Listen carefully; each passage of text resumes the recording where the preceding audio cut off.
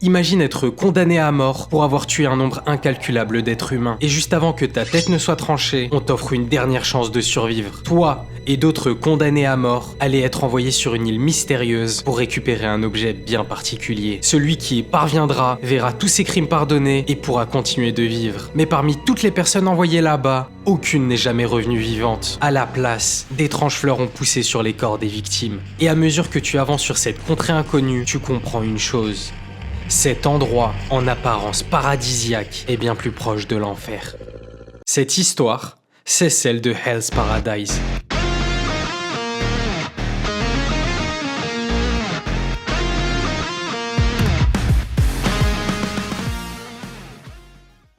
Mais avant de parcourir cet enfer rempli de papillons à tête humaine, de poissons abominables à 6 bras carrément dopés et de révélations sur les divinités, on doit se placer au commencement de cette histoire, dans la cour d'un seigneur. Bon, le garçon que vous voyez là, celui à qui on vient de mettre feu, c'est Gabimaru, le plus grand génie et le plus puissant ninja du clan Iwagakure. Il est surnommé Gabimaru le Vide en raison de son manque d'émotion. Et pour comprendre pourquoi ils essayent de le tuer, revenons un peu en arrière. Lorsqu'il était encore bébé, ses parents ont été tués par le chef du village et il a subi un entraînement infernal pour obtenir un corps quasiment indestructible et des compétences presque inhumaines. Il n'a alors aucune ambition et suit simplement les ordres de son supérieur. Mais un jour, il annonce au chef son désir de quitter le village. Ce dernier lui donne alors une dernière mission, mais c'était simplement un piège. Ses camarades l'ont trahi et il a fini par se faire arrêter et condamner à mort. Et c'est pour ça qu'il est là aujourd'hui. Mais le problème, c'est qu'aucune des techniques d'exécution ne fonctionne sur lui. Le feu n'a aucun effet et les lames se brisent sur son cou. Pourtant, il n'essaye même pas de résister, il attend simplement la mort. Mais lors d'une nouvelle exécution avec des bœufs qui vont le déchirer en deux, son corps a inconsciemment résisté et les bœufs se sont retrouvés au sol. Et ce détail n'a justement pas échappé à cette fille, Yamada Saemon Sagiri. Et vu que c'est l'autre héroïne de cette histoire, on va rapidement la présenter. Elle appartient au prestigieux clan Yamada, des experts du maniement du sabre et de la décapitation. Mais étant donné que c'est une femme, elle a été méprisée toute sa vie pour sa décision de manier l'épée. Malgré tout, elle possède un talent complètement fou et a toujours surmonté toutes ses brimades. Et elle est justement là aujourd'hui pour exécuter Gabimaru. Mais à force de discuter avec lui et d'entendre son histoire, elle a compris quelque chose que même lui n'avait jamais appréhendé. Si son corps refuse de mourir à chaque exécution, c'est parce qu'il désire quelque chose au fond de lui. Retrouver sa femme qui l'attend au village. Et même s'il pensait l'inverse, il réalise que depuis tout ce temps, il l'aime d'un amour sincère et veut simplement la revoir. C'est aussi pour cela qu'il voulait quitter le village et arrêter de tuer. Il voulait juste vivre heureux avec elle. Mais actuellement, il reste quand même prisonnier et sur le point de se faire exécuter. Et c'est justement à ce moment-là que Sagiri lui fait une proposition. Soit il lui tranche la tête et il trouve la mort, soit il saisit une opportunité en or. Il sera envoyé avec d'autres prisonniers sur une île assez particulière. Un lieu où la douleur n'existe pas et seul le bonheur y est présent. Un endroit presque magique où les papillons et les fleurs s'y épanouissent. Et la légende raconte qu'on y trouve l'élixir d'immortalité. Et s'il le trouve en premier, il sera gracié et sera même protégé par le gouvernement. Mais il faut savoir que des expéditions avaient déjà été organisées et que personne n'en était jamais ressorti vivant. Seulement des morceaux de corps remplis de fleurs étaient revenus. Bon, évidemment, Gabimaru n'y croit pas vraiment, mais il accepte quand même la chance qui lui est offerte. Il se dirige alors avec Sagiri à la capitale pour rencontrer le seigneur et les autres détenus qui seront ses futurs adversaires. Une fois tout le monde réuni, on a une belle bande de pourriture, un monstre qui tue des enfants pour le plaisir, un pyromane en série, bref, que des criminels abominables et un enfant. Mais ça on comprendra pourquoi plus tard. Et alors que tout le monde discute, une autre ninja reconnaît Gabimaru. En même temps, c'est une légende dans le milieu. Mais peu importe. L'officier fait son speech pour expliquer en détail la mission. Il montre rapidement le seul homme revenu vivant mais devenu complètement fou, avec une fleur à la place de l'œil, et surtout il ajoute un détail. Les bourreaux suivront leurs détenus sur l'île pour les surveiller et les exécuteront au moindre faux pas. En gros, Gabimaru va faire toute l'expédition avec Sagiri. Maintenant que toutes les explications sont terminées, on peut mettre les voix... presque. Il y a trop de candidats pour le moment et pas assez de place. Du coup, qu'est-ce qu'on fait? Une giga course de Mario Kart. Bon, un massacre, classique. Mais c'est justement l'occasion de présenter rapidement les futurs personnages importants. Le blond là avec un air de Bakugo, c'est Chobei, le roi des brigands. La shinobi d'avant, c'est Yuzuriha. Le Dracul Mihawk de la pub One Piece avec les nouilles, c'est Gantetsusai. Et vu que c'est un peu dur à dire, on va rester sur Mihawk pour le reste de la vidéo. Et là, c'est un géant que rien ne peut blesser. Et on a plus ou moins fait le tour. Bon, évidemment, fallait une scène pour mettre en avant notre légendaire shinobi. Alors Gabimaru va voir le shogun et lui demande s'il n'y a pas d'autre méthode pour filtrer les candidats. candidats, parce qu'ils n'aiment pas vraiment tuer par plaisir. Sauf qu'ils prennent ça comme un manque de respect et proposent à des bandits une place dans l'expédition s'ils arrivent à prendre sa tête. Il commence alors directement à attaquer Gabimaru et lui évite simplement sans aucun mal. Il leur dit ensuite que si on l'attaque, il tue. Il s'approche alors lentement et de manière décontractée. Et au même moment, Sagiri, qui a toujours eu du mal à tuer des êtres humains, réalise une chose. Ce n'est pas la force de tuer qui lui manquait, mais bien celle de porter le poids des vies qu'elle ôtait. Et d'ailleurs, entre-temps, tous les autres candidats ont été désignés, mais à part Nurugai des montagnes, les autres n'auront pas vraiment d'importance. Ils peuvent donc partir pour l'expédition la plus abominable et meurtrière de leur vie. Mais ça, ils le découvriront bien plus tard. Pour le moment, Gabimaru et Sagiri viennent simplement d'arriver et commencent à explorer les lieux. Un véritable paradis naturel rempli de fleurs magnifiques, un décor presque irréel. Sagiri profite du moment, mais Gabimaru la ramène à la réalité. Tout ici n'est qu'un mélange bizarre et peu naturel. Bon, et sinon Gabimaru enlève les liens parce que c'est galère, Sagiri lui dit de les remettre, il refuse parce que c'est relou, elle menace de le tuer, il remet les liens. Et après ça, ils reprennent leur marche. Ah non, ils se font attaquer par un dopé avec une boule géante. Évidemment, Gabimaru résiste à l'attaque sans aucun mal, mais surtout, il a remarqué quelque chose d'ultra important. Il a les mains libres, lui. Le combat commence alors, mais Sagiri ne veut rien savoir. Il va garder ses liens. Et je vous épargne 4 minutes de combat, il le fume. Du coup, son gardien peut enfin s'en aller et leur dit qu'il est bien heureux de s'échapper aussi rapidement. Parce qu'autour d'eux, c'est le zoo. Certains font des alliances, d'autres tuent des candidats et certains tuent même leurs protecteurs. Et Askip, celui qui trouvera l'élixir, deviendra le prochain chef des Asaemon. Et en plus, le village d'Iwagakure, celui de Gabimaru, a été contacté. Autant dire qu'il va falloir redoubler d'attention. Et justement, Sagiri se fait attaquer par Gabimaru même pas 2 minutes après. Il sait que rester attaché avec elle est une perte de temps et si son village rapplique, il peut dire adieu à son rêve. Après un combat un peu plus long qu'avant, il est sur le point de la tuer. Mais ce sentiment de culpabilité qui lui a été inculqué par celle qu'il aime émerge. Il est alors incapable de tuer Sagiri. Les deux ouvrent alors leur cœur l'un à l'autre et se rapprochent un peu plus. Bon, et sinon, du côté de Miyuki, il y a une dinguerie qui se prépare. Il vient d'arriver sur l'île avec son garde, il nous explique rapidement la raison de son emprisonnement. En gros, il y a un maître de dojo qui lui a dit qu'il pourrait jamais battre un vrai dragon.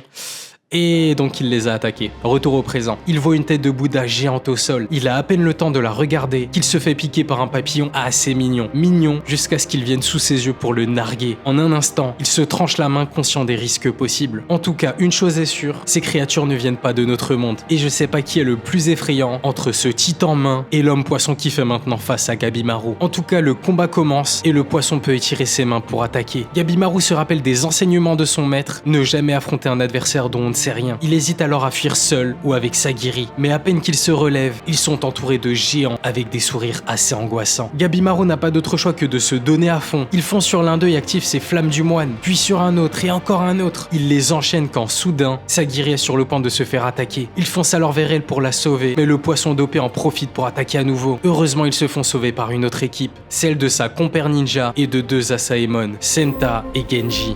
Bon, Senta, c'est normal qu'il soit là, il est rattaché à la fille. Mais Genji, il explique que son candidat a justement été tué par la shinobi et utilisé comme un simple cobaye. Il a finalement préféré rester avec eux parce qu'il la trouve trop dangereuse pour être surveillé seul. Bon, et vu que la ninja a découvert pas mal d'infos sur l'île, ils acceptent de se prêter main forte pour le moment, mais à la fin il n'y en aura qu'un. Mais avant ça, Gabimaru lui pose une dernière question. Qu'est-ce qu'elle a réellement fait de sa victime? Elle prend d'un coup un air sérieux et lui dit de faire attention à sa propre vie. Et à côté, t'as Sagiri qui s'évanouit. On passe alors aux côtés du blond et son exécuteur qui font actuellement face à des monstres. Mais avant, on va devoir faire un petit bond dans le passé pour comprendre les secrets derrière leur relation. Déjà ce mec, c'est Thomas. Il a rejoint le clan Yamada grâce à son talent et en seulement un mois, il devient représentant du clan. Il ne lui reste plus qu'à faire une seule exécution pour entièrement être accepté. Et c'est justement Chobei le blond qu'il va devoir tuer. Mais quand il le voit, on découvre qu'ils sont en réalité frères. Lorsqu'ils étaient enfants, leur père a été exécuté après une révolte et leur mère est morte. Ils ont alors fini à la rue et devaient mendier pour survivre. Sauf qu'ils ont fini par se faire attraper par des brigands et Chobei a joué le jeu pour gagner leur faveur. Mais quand le brigand a été arrêté, il a réussi à faire fuir son frère, mais lui s'est fait choper. C'est pour ça que Thomas a rejoint les Yamada pour ensuite libérer son frère. Maintenant, retour au présent, parce qu'il va alors arriver une dinguerie. Ils font face aux monstres et commencent à les massacrer un par un. Mais à un moment, Thomas est sur le point de mourir et son frère a son arme brisée. Il pense alors qu'il va l'abandonner, mais Chobei explose le monstre avec une nouvelle arme qu'il vient de prendre. Ils sont ensuite à nouveau nouveau entouré de monstres et le pire c'est qu'ils commencent à parler. Ce n'était évidemment pas suffisant pour les stopper et Chobei les anéantit tous. Ils continuent alors d'avancer ensemble en massacrant les monstres et parfois même en buvant leur sang. Sur le chemin, Thomas explique à son frère que d'après les légendes anciennes, cette île devrait être peuplée d'entités immortelles. Mais juste après ça, il tombe nez à nez sur deux femmes en train de... L'une d'elles se lève alors et se demande que font des humains ici. En un instant, elle se transforme en homme à la voix grave et dit qu'il va les tuer. Et alors qu'ils arrivent à le trancher, son corps se régénère sous leurs yeux. Il arrive même à bloquer le coup surpuissant de Chobei d'une seule main. Ils n'ont aucune chance et finissent par se faire anéantir. L'être inconnu les jette alors dans un trou rempli de cadavres et de fleurs. Et pour en savoir plus sur ces êtres immortels, on va retourner du côté de Gabimaru et sa bande qui vont en apprendre beaucoup plus. On venait de s'arrêter au moment où Sagiri avait perdu connaissance. Bon bah, elle vient de se réveiller et elle assiste à une scène assez particulière. Gabimaru qui fait à manger, Senta qui fait de la couture et la shinobi qui les supervise les yeux fermés. Entre temps, Gabimaru a pu se balader et a relevé deux faits. Toute la flore présente sur l'île existe aussi chez eux, mais tout est bizarrement mélangé. Et il y a des statues bouddhistes et taoïstes un peu partout sur l'île. Avec toutes ces informations, ils vont pouvoir avancer. Mais avant de continuer, Genji doit parler à Sagiri. Et alors qu'ils sont en tête à tête, il lui dit de rentrer et qu'il va prendre sa place. Après tout, ce n'est qu'une femme. Elle n'est pas assez forte pour se battre ici et elle doit épouser le futur chef du clan. Mais Senta intervient et dit qu'il préférerait qu'elle reste pour contenir Gabimaru parce qu'il a l'impression que ce dernier a beaucoup changé depuis qu'il a rencontré Sagiri. Il est devenu plus humain. Finalement, elle se décide. Elle refuse de partir. Toute sa vie, on l'a méprisée pour être une femme qui veut apprendre l'épée et elle doit maintenant se battre pour suivre sa voie. Mais Genji s'énerve et l'attaque. En une seconde, elle récupère son sabre et le désarme. Mais d'un coup, le prisonnier géant Rokurota se trouve derrière et lui enlève tout son estomac en un seul coup. Il dit à Sagiri de fuir, mais Gabimaru intervient et le repousse sur plusieurs arbres. Ils vont alors s'engager dans un combat contre ce monstre qui a déjà tué son garde sans aucun mal. Et avec le soutien de sa collègue ninja, Gabimaru se donne à fond, mais il galère. Il sait que seul, il n'a quasiment aucune chance. Mais d'un coup, le géant perd son doigt. Sagiri était revenu avec le sabre de son frère d'armes. Et elle a beau être une femme, elle arrive à le maîtriser et prend presque l'avantage. Mais ils n'ont quand même aucune occasion de lui trancher la tête. Gabimaru met alors le feu à la forêt et le monstre commence à s'étouffer et baisse la tête. Et en un souffle, Sagiri le tranche. Il voit alors sa vie défiler sous ses yeux. Lui qui n'était qu'un enfant trop fort, qui tuait littéralement tout le monde sur son passage. Bref, il s'enfuit alors tous ensemble de la forêt, mais là, ils tombent sur un village. Un tel endroit sur la terre divine est un choc pour eux. Sauf qu'à cet instant, Gabimaru remarque une présence derrière eux. Il l'attrape et réalise que c'est une petite fille. Mais un homme arbre les attaque et le fait reculer. Gabimaru est persuadé que la fille connaît les secrets de l'île et continue de la poursuivre. Et quand il la rattrape, elle le chope et le retourne complètement. Elle finit même par lui donner un coup de poing avec une aura jaune très étrange. Il commence à saigner. Il s'énerve alors et réussit à l'attraper. Pendant ce temps, le reste de l'équipe a réussi à vaincre l'homme arbre. Mais ce dernier commence à parler et leur demande de laisser l'enfant. En échange, il leur racontera tout ce qu'il sait. Évidemment, Yuzuriha ne se laisse pas faire, mais il a un argument de taille. Après un bon bain et un petit repas, l'homme commence à parler. Cette île s'appelle en réalité Kotaku, la terre divine où vivent les dieux. L'élixir de vie existe bel et bien, c'est un médicament qu'ils appellent Tan. L'île est séparée en 3 parties, Eishu, le littoral et la forêt, Hojo, la zone où ils sont actuellement, et Holai, la partie centrale où se cache le Tan. Évidemment, Gabimaru reste sceptique et lui demande s'il a déjà vu l'élixir de ses propres yeux. Mais l'homme répond que lorsqu'il rencontrera les immortels, il comprendra que tout est vrai. Bon, je vous passe le moment où il va prendre un bain, il tombe sur la petite avec une cicatrice énorme. Il se rappelle que sa femme lui disait de prendre le temps de se reposer parfois, et suite à sa gentillesse, lui avait dit qu'elle n'avait pas besoin de cacher sa cicatrice, car ça ne le dérangeait pas. Et du coup, c'est exactement ce qu'il dit à la petite. Pas besoin de cacher ses cicatrices, parce qu'elles n'altèrent en aucun cas sa beauté. Ok, finalement, je vous ai quand même expliqué le moment, mais ça montre bien que Gabimaru ouvre son cœur petit à petit au cours de ce voyage. Le groupe préfère attendre d'en savoir un peu plus avant de continuer, mais maintenant qu'il y a une possibilité de trouver cet élixir, Gabimaru décide de partir seul pour le trouver. Mais en avançant, il entend des voix et trouve des hommes arbres immobiles en train de prier. Mais pour retrouver son âme sœur, il brave tous les dangers et avance jusqu'à tomber face à la porte d'entrée de la zone. Mais à ce moment-là, juste derrière lui, se trouve une femme. Il ressent une énergie étrange émanant d'elle. Il sait qu'elle n'est pas humaine. Mais elle s'assoit d'un coup sur le sol en disant qu'elle en a marre. Elle lui demande même s'il ne veut pas juste partir. Gabimaru ne comprend pas et se prépare à se battre. Il est prêt à tout pour l'élixir. Il commence alors un combat dont il ne ressortira pas en un seul morceau. Mais avant de continuer, continuer ce combat, on va devoir retourner un peu en arrière pour comprendre la réaction de l'immortel. Pourquoi est-ce qu'il a dit qu'il en avait marre? Et pour ça, on rejoint le GOAT de la série, Yamada Asaemon Tenza. Bon, lui, c'est simple, il a fait l'inverse des héros de films d'horreur. Il arrive sur l'île, il comprend que ça va être une galère, il part, normal. Du coup, il est sur sa barque avec Nurugai, son prisonnier, mais en continuant de s'éloigner, il tombe sur une scène choquante. Des dizaines de bateaux détruits sans raison apparente. Sauf que d'un coup, ils se font attaquer par le tentacule d'un monstre géant et font tout pour s'enfuir. Mais ils tombent alors sur Kisho, complètement mort avec un sourire terrifiant et des fleurs partout. À ce moment précis, Nurugai abandonne sa vie et arrête de bouger. Tenza ne peut évidemment pas le laisser et le force à garder la volonté de vivre. Ils arrivent finalement à s'en sortir, même s'ils sont sévèrement blessés. Bon, outre le fait que Nurugai soit une fille et qu'il ne le savait pas, il lui dit que quand ils rentreront, il fera en sorte qu'elle soit disculpée. Après tout, c'est la seule qui n'a rien fait de mal. Elle était simplement née comme une Emishi, un clan qui avait refusé le gouvernement et qui vivait isolé. Mais quand elle voit des aventuriers perdus, elle propose son aide pour les faire dormir au village. Finalement, ils ont juste massacré tout le monde et emprisonné Nurugai qui n'a jamais rien fait. Depuis, elle est persuadée qu'elle doit souffrir d'un châtiment divin pour expier toutes ses fautes. Mais grâce à Yamada Asaemon GOAT Tenza, elle ouvre enfin les yeux. Et alors qu'ils réfléchissent au moyen de s'enfuir de l'île, une humaine rousse arrive derrière eux en descendant du ciel. Bon, on sait déjà tous les deux que c'est une immortelle qui va affronter Gabimaru plus tard, mais eux n'en ont aucune idée pour le moment. Du coup, quand elle se transforme en homme, ils sont choqués et en un coup, il envoie valser Yamada Asaemon GOAT Tenza. J'arrête.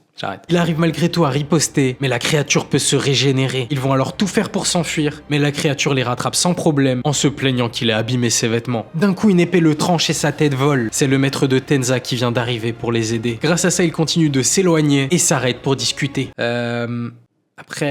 Après, il y a vraiment un monstre derrière eux, mais... Bref, Shion leur explique qu'il a simplement tué son détenu, qui avait essayé de le piéger. Et quand il a essayé de rentrer, il n'a trouvé aucun courant sortant de l'île. Et outre le moment où il hésite à tuer Nurugai, il décide enfin de repartir. Parce que, je sais pas moi, peut-être que la créature va revenir. Bon, bah... Shion est au sol et Tenza est le seul à pouvoir se battre. Il s'apprête alors à donner le plus beau et le dernier combat de sa vie. Mais avant ça, on revient quelques années en arrière, quand il n'était encore qu'un enfant qui ne savait pas se battre. Un enfant dont les parents ne pouvaient pas le nourrir et qui était prêt à tout pour survivre tant qu'il ne tuait pas. Mais le jour où des samouraïs le bousculent et qu'il s'énerve, ces derniers l'insultent. Ils vont alors dans une ruelle et Tenza les explose. C'est alors qu'il a fait la rencontre de son maître qui le stoppe à ce moment-là. Il l'a alors pris comme élève et lui a appris l'art de l'épée. Mais en réalité, il n'en avait rien à faire et voulait juste partir. Shion lui promet que s'il arrive à le toucher une seule fois, il le laissera partir. Mais évidemment, il ne l'écoute pas et s'apprête à disparaître un matin très tôt. Mais Aizen tombe sur lui par hasard et lui raconte l'histoire d'un disciple de Shion. Il ressemblait beaucoup à Tenza et avait fini par partir. Mais un jour d'exécution banale, alors que Shion s'apprête à exécuter le prisonnier, il réalise que c'est son élève qu'il est sur le point de tuer. Pour survivre, il avait dû commettre des crimes. Il s'excuse une dernière fois avant de voir sa tête voler. Depuis, Shion s'est dévoué à l'enseignement et à aider son prochain. En apprenant tout ça, Tenza se donne à fond dans son apprentissage et devient beaucoup plus fort. Et il peut aujourd'hui utiliser cette force pour protéger ceux qu'il aime. Mais il s'est fait trouer par la créature et est quasiment mort. Malgré tout, il se relève pour créer une opportunité de fuite aux deux autres. Il finit par sacrifier sa vie pour sauver celle de son maître et la fille avec qui il s'imaginait se marier. Et c'est justement après ce combat que l'immortel tombe sur Gabimaru. Et maintenant, on peut retourner au présent. Gabimaru lui donne un violent coup de pied et son coup tourne sur lui-même. Mais il se rétablit directement et Gabimaru comprend le danger. Il utilise alors les flammes du moine et fait cramer son corps. Mais il revient comme si de rien n'était et il continue d'échanger des coups. Sauf qu'elle utilise une énergie étrange et blesse gravement Gabimaru. Il donne alors tout ce qu'il a et martèle l'immortel. Il veut la détruire plus vite qu'elle ne se régénère. Il arrive finalement à la vaincre sans qu'elle se soigne, mais des fleurs commencent à fleurir et elle se transforme elle-même en une fleur géante. Elle l'électrocute et arrive presque à le tuer. Mais la dernière règle des ninjas est ancrée en lui. S'il doit mourir, il doit blesser au maximum l'adversaire. Heureusement, la petite fille intervient et active une barrière pour les aider à fuir. Ils arrivent alors à s'éloigner près d'une rivière, mais Gabimaru est à bout de force. Alors il sait qu'il est en grand danger quand un autre groupe arrive. Il se retrouve maintenant face à Mihawk et le Yamada Fuchi. Ils hésitent à se battre, mais Gabimaru se dit qu'il serait mieux de faire équipe. Il leur explique alors tout ce qu'il sait sur cette île et aussi sur la petite fille Mei. Et en parlant d'elle, elle a subitement grandi. Elle est maintenant capable de parler. Il lui demande alors comment combattre les immortels et elle leur parle d'un étrange pouvoir, le Tao, un mélange de force et de faiblesse. Et elle parle aussi du Tanden, le centre de ce pouvoir qui se trouve au niveau du nombril. Malheureusement, ils ont à peine le temps d'en parler que des monstres apparaissent pour les attaquer. Et derrière derrière tous ces monstres se cachent deux créatures avec une forme humanoïde. Il leur explique alors la raison de leur présence. Ils sont venus chercher Mei car ils ont besoin d'elle. Ce sont en réalité des moines qui apprennent à maîtriser le Tao. Il y a 5 étapes pour ça. Le yoga, la respiration ventrale, la méditation, la circulation et l'accouplement pour mélanger le yin et le yang. Chaque éternel possède 2 sexes, mais Mei est une anomalie qui n'en possède qu'un seul. Elle doit donc être utilisée par les moines pour la dernière étape. Mais du coup, elle a préféré s'enfuir. En entendant ça, Gabimaru voit sa colère exploser et commence à se battre avec Mihawk. Et en plein combat, il apprend à maîtriser le Tao et est maintenant capable de le voir. Grâce à ça, ils éliminent sans trop de mal les 2 moines avec tous leurs monstres. Gabimaru remercie alors Mei et lui dit que si elle a besoin de quoi que ce soit, elle n'a pas à hésiter. Mais juste après ça, il s'évanouit à cause de ses blessures.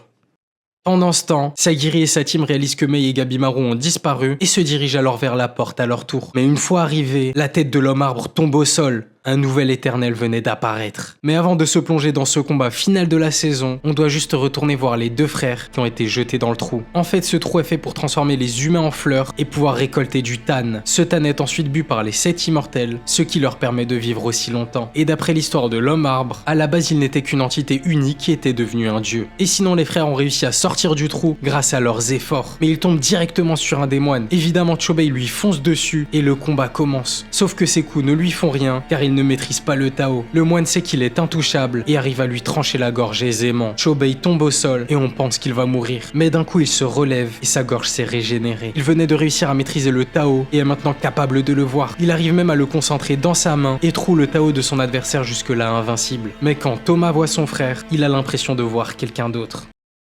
Maintenant, on peut partir pour le combat final. Yuzuriha comprend immédiatement le danger et fuit, mais en une seule seconde, elle est rattrapée et immobilisée. L'immortel révèle alors à l'homme arbre que tout depuis le début n'était qu'un mensonge. Lui et les siens n'étaient que des expériences. Et quand Senta lui demande pour l'élixir d'immortalité, il lui rétorque que rien de tout ça n'existe ici. Sagiri s'inquiète pour Gabimaru qui ne sera jamais gracié, mais la shinobi ne perd pas le nord et l'attaque directement. Elle transperce sa tête avec ses shurikens, mais alors qu'il pense avoir gagné et qu'il parte, l'immortel se relève. En même temps, c'est dans son nom. Il réalise alors que cette ninja maîtrise le Tao, même si dans leur village ils appellent ça le Ki. Elle fait de son mieux, mais il est bien trop fort. Il la maîtrise sans aucun mal. Sagiri rentre en scène et l'attaque avec son épée, mais sa quantité de Tao est bien trop faible. Elle ne peut rien lui faire. Mais en se concentrant sur sa respiration, elle fait augmenter son Tao et arrive à le trancher. Il n'arrive même plus à se régénérer. Et grâce à leur travail d'équipe, ils arrivent à le neutraliser et à trancher son point faible, le Tanden au niveau du nombril. Mais après avoir discuté et ri ensemble, Yuzuriha remarque des fleurs qui viennent d'apparaître. La seconde d'après, Senta se sacrifie pour la sauver d'une attaque. L'immortel vient en fait de renaître sous une forme encore plus monstrueuse. Mais alors qu'il nage dans le désespoir, Shion intervient pour les aider. Il s'est entraîné sur les monstres dans la forêt et arrive maintenant à maîtriser le Tao. Grâce à ça, il se bat efficacement contre l'immortel et avec l'aide d'une Sagiri affaiblie et d'une Urugai très agile, ils arrivent à le mettre à mal et donnent un coup d'épée final dans son tanden. Des dizaines de visages effrayants se dévoilent avant qu'ils ne disparaissent dans une pluie de pétales. Ils avaient réussi à s'en sortir vivants, sauf Senta qui malheureusement ne peut pas se remettre de ses blessures. C'est alors dans les bras de celle qu'il admire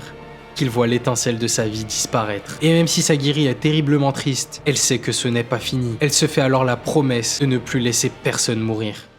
Et au niveau de Gabimaru, il vient de rouvrir les yeux, mais quelque chose cloche, il a perdu la mémoire. Il n'a plus aucun souvenir des derniers éléments, et il est redevenu Gabimaru le vide, le meilleur ninja de son clan, sans aucune émotion. Il ne sait pas qui sont les gens devant lui, mais il va jouer le jeu pour trouver une occasion de les tuer. Mais parallèlement, Yuzuriha pose une question lourde de sens. Et si le chef de Gabimaru lui avait menti depuis le début? Et si sa bien-aimée n'avait jamais existé?